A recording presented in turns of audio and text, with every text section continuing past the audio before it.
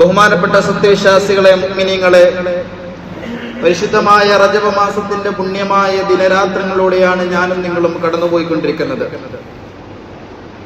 ആദരവായ റസൂലുള്ളാഹി സ്വല്ലല്ലാഹു അലൈഹി വസല്ലമ തങ്ങളുടെ ജീവിതത്തിലെ അവിസ്മരണീയമായ സംഭവം നടന്നത് ഈ റജബ് മാസത്തിലാണ്. ആ സംഭവങ്ങളാണ് ഇസ്റാഉം മിഅ്റാജും. നുബുവത്തിന്റെ 11ാം വർഷം പരിശുദ്ധമായ റജബ് മാസത്തിലാണ് ഇസ്റാഉം മിഅ്റാജും നടന്നത് എന്നാണ് ഭൂരിപക്ഷം ഇമാമിങ്ങളുടെ അഭിപ്രായം. എന്താണ് ഇസ്റാഉം മിഅ്റാജും? അത് നടക്കാനുണ്ടായ കാരണം എന്താണ്? അല്ലാഹു സുബ്ഹാനഹു വ തആല ഇന്നേവരെ ഒരു സൃഷ്ടിക്കും നൽകിയിട്ടില്ലാത്ത ഒരു അനുഗ്രഹമാണ് അള്ളാഹുവിനെ കാണുക എന്നുള്ളത്. ആദരവായ റസൂലുള്ളാഹി സ്വല്ലല്ലാഹു അലൈഹി വസല്ലമ തങ്ങൾക്ക് ഈ ദുനിയാവിലൂടെ അള്ളാഹു നൽകിയുണ്ടായി. ഇതിന് പ്രധാനമായും കാരണം ഇസ്ലാമിക പ്രബോധന വഴിയിൽ അള്ളാഹുവിന്റെ റസൂൽ സ്വല്ലല്ലാഹു അലൈഹി വസല്ലമ തങ്ങൾക്ക് എല്ലാ ഭാഗത്തു നിന്നും താങ്ങും തണലുമായി നബി സല്ലല്ലാഹു അലൈഹി വസല്ലമ തങ്ങളുടെ ജീവിതത്തിൽ നിലകൊണ്ട രണ്ട് പ്രധാന വ്യക്തിത്വങ്ങൾ അബൂ താലിബും തന്റെ പ്രിയപത്നി ഖദീജ റളിയല്ലാഹു തആല അൻഹയും ഇവരുടെ വിടവാങ്ങലായിരുന്നു. പുറമേ നിന്ന് വരുന്ന അക്രമങ്ങൾക്ക് അബൂ താലിബ് പ്രതിരോധം തീർത്തപ്പോൾ അകമേ നിന്നുകൊണ്ട് താങ്ങും തണലുമായി തന്റെ പ്രിയപത്നി ഖദീജ റളിയല്ലാഹു തആല അൻഹ സ്നേഹവാത്സല്യത്താൽ റസൂലുള്ളാഹി സ്വല്ലല്ലാഹു അലൈഹി വസല്ലമ തങ്ങളെ ചേർത്ത് പിടിക്കുകയുണ്ടായി. നുബുവത്തിന്റെ 10ാം വർഷം പരിശുദ്ധമായ റമദാൻ 12-നാണ്. മുസ്ലിമായില്ലെങ്കിൽ പോലും അല്ലാഹുവിന്റെ റസൂൽ സ്വല്ലല്ലാഹു അലൈഹി വസല്ലമ തങ്ങളെ അങ്ങേയറ്റം സ്നേഹിക്കുകയും പരിശുദ്ധമായ ദീനുൽ ഇസ്ലാമിന്റെ സംരക്ഷണം നൽകുകയും ചെയ്ത അല്ലാഹുവിന്റെ റസൂലിന്റെ വല്ലുപ്പ അബൂ താലിബ് വഫാത്താകുന്നത്. ആ സങ്കടത്തിന്റെ കനങ്ങൾ തീരുന്നതിന് മുമ്പ് തന്നെ റമദാൻ 15-ന് തനിക്ക് വേണ്ടി ജീവിതം സമർപ്പിച്ച പ്രിയപത്നി അല്ലാഹുവിന്റെ റസൂൽ സ്വല്ലല്ലാഹു അലൈഹി വസല്ലമ തങ്ങള് ഖദീജ ബീവിയെ കുറിച്ച് എപ്പോഴും വാചാലനാവുമായിരുന്നു. അവിടുത്തെ വഫാത്തിന് ശേഷവും ഒരിക്കൽ സയ്യിദുനാ റസൂലുള്ളാഹി സ്വല്ലല്ലാഹു അലൈഹി വസല്ലമ തങ്ങള് ഖദീജ ബീവിയെ പറ്റി പറയുമ്പോഴാണ് ആയിഷ സിദ്ദീഖ റളിയല്ലാഹു തആല അൻഹ അവിടുന്ന് പറയുന്നത്, നബിയെ, ഈ പ്രായമായ മരിച്ചുപോയ സ്ത്രീയെ ഓർത്ത് അങ്ങെന്തിനാണ് വ്യസനിച്ചിരിക്കുന്നത് നബിയെ? അങ്ങേക്ക് അല്ലാഹു സുബ്ഹാനഹു വ തആല കന്യകകളെ തന്നിട്ടില്ല നബിയെ എന്ന് ഹബീബായ പ്രവാചകൻ സല്ലല്ലാഹു അലൈഹി വസല്ലമ തങ്ങളോട് ആയിഷ സിദ്ദീഖ റളിയല്ലാഹു അൻഹ ചോദിക്കുമ്പോൾ അല്ലാഹുവിന്റെ റസൂലിന്റെ മുഖം വിവരണമാവുകയാണ്, ആയിഷ, നീ ഒരിക്കലും അങ്ങനെ പറയരുത്. അല്ലാഹു സുബ്ഹാനഹു വ തആല വല്ലാഹി മാ അബദനി അല്ലാഹു ഖൈറൻ മിൻ ഖദീജ, ഖദീജയേക്കാൾ പകരമായ ഒരു ഉത്തമമായ ഒന്നിനെയും അല്ലാഹു എനിക്ക് നൽകിയിട്ടില്ല. എന്നെ എല്ലാവരും അവിശ്വസിച്ചപ്പോൾ, കളവാക്കിയപ്പോൾ എന്നെ വിശ്വസിച്ചവളാണ്. എന്നെ എല്ലാവരും മാറ്റി നിർത്തിയപ്പോൾ ഖദീജ ബിയുടെ സമ്പത്ത് മുഴുവൻ എന്നിലേക്ക് ചേർത്ത് വെച്ചവളാണ്. അവളുടെ സമ്പത്ത് മുഴുവനും ഇസ്ലാമിനും എനിക്കും വേണ്ടി ചെലവഴിച്ചവളാണ്. അള്ളാഹുവിനും അവന്റെ റസൂലിനും മാത്രം തൃപ്തിപ്പെട്ട് ജീവിച്ചവളാണ് ഖദീജ. ആ മക്കയിലെ കോടീശ്വരിയായിരുന്ന കുലപതിയായിരുന്ന ഖദീജ അവസാനം തന്റെ മയ്യത്തിന്റെ കഫം പോലും പൂർണ്ണമായിട്ടും മറയ്ക്കാനില്ലാത്ത അവസ്ഥയിലാണ് ഈ ലോകത്തോട് വിട പറഞ്ഞു പോയത്. എനിക്ക് 6 മക്കളും അല്ലാഹു സുബ്ഹാനഹു വ തആല നൽകിയത് ഖദീജയിലൂടെയാണ്.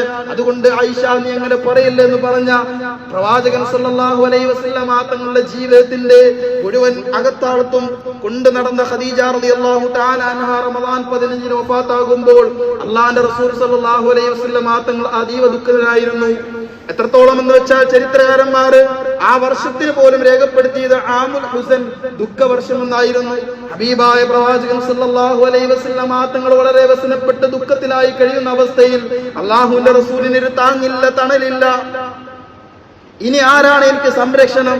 അങ്ങനെയാണ് പ്രവാചകൻ സല്ലല്ലാഹു അലൈഹി വസല്ലമ തങ്ങൾ ഉമ്മയുടെ നാടായ തായിഫിലേക്ക് പോകാമെന്ന് തീരുമാനിക്കുമ്പോൾ, അങ്ങനെ പ്രവാചകൻ സല്ലല്ലാഹു അലൈഹി വസല്ലമ തങ്ങൾ പ്രബോധനവുമായിട്ട് തായിഫിലേക്ക് കടന്നു ചെല്ലുമ്പോൾ പ്രവാചകൻ എന്താണോ ഉദ്ദേശിച്ചത് അതിന്റെ നേരെ എതിരാണ് അവിടുന്ന് ഉണ്ടായത്.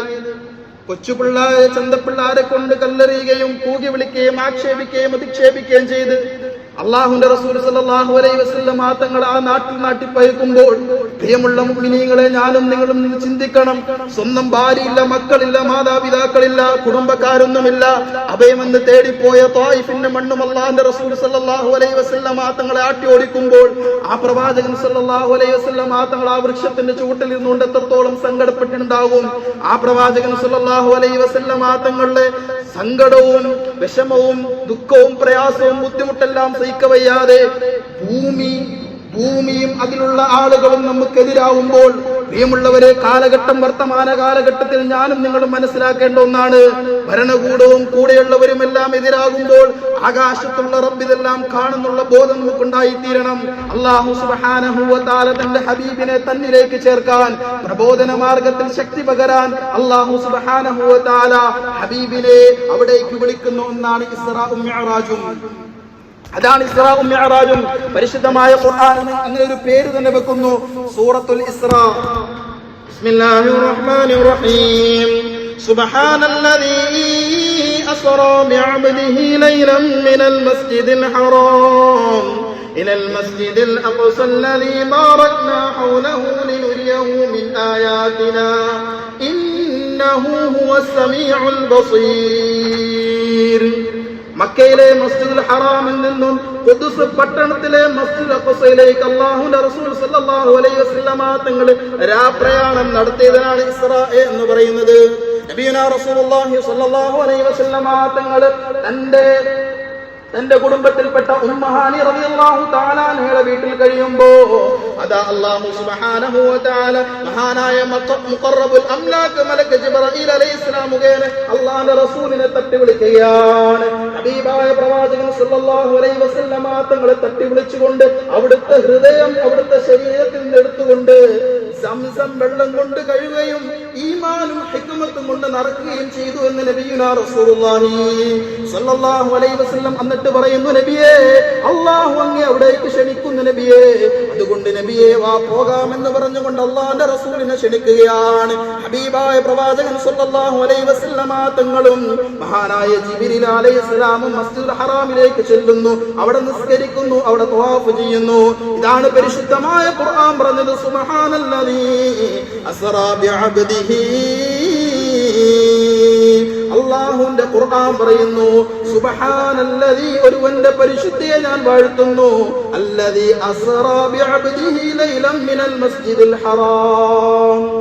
അസ്റാ ബിഅബ്ദിഹി, സ്വന്തം അടിമയെ രാപ്രയാണം ചെയ്ത അല്ലാഹുവിന്റെ സ്തുതി. അബ്ദ് എന്ന വാക്കിന് ഉദാഹരണം വെച്ചാൽ പലപ്പോഴും അല്ലാഹുവിന്റെ റസൂൽ സല്ലല്ലാഹു അലൈഹി വസല്ലം തങ്ങൾ ഇസ്റാഉം മിഅ്റാജും ഒരുപക്ഷെ വിശ്വസിക്കാൻ പലർക്കും ബുദ്ധിമുട്ടുണ്ടാവും. അക്കാലഘട്ടത്തിലെ മക്കാ മുശ്രിക്കുകൾ പോലും വിശ്വസിച്ചിരുന്നില്ല. ഒരു സ്വപ്നം മാത്രമായിരുന്നില്ല ഈ സ്വർഗവും നരകവും 7 ആകാശങ്ങളും. ആ അബ്ദ് എന്നുള്ള ഉദ്ദേശം ആത്മാവും ജസദും ശരീരവും കൂടെ ചേർന്ന് പോയതിനാണ് അബ്ദ് എന്ന് അവിടെ പറയുന്നത്.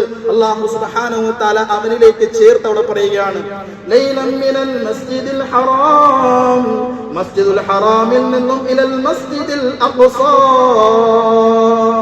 മസ്ജിദുൽ അഖ്സയിലേക്ക്.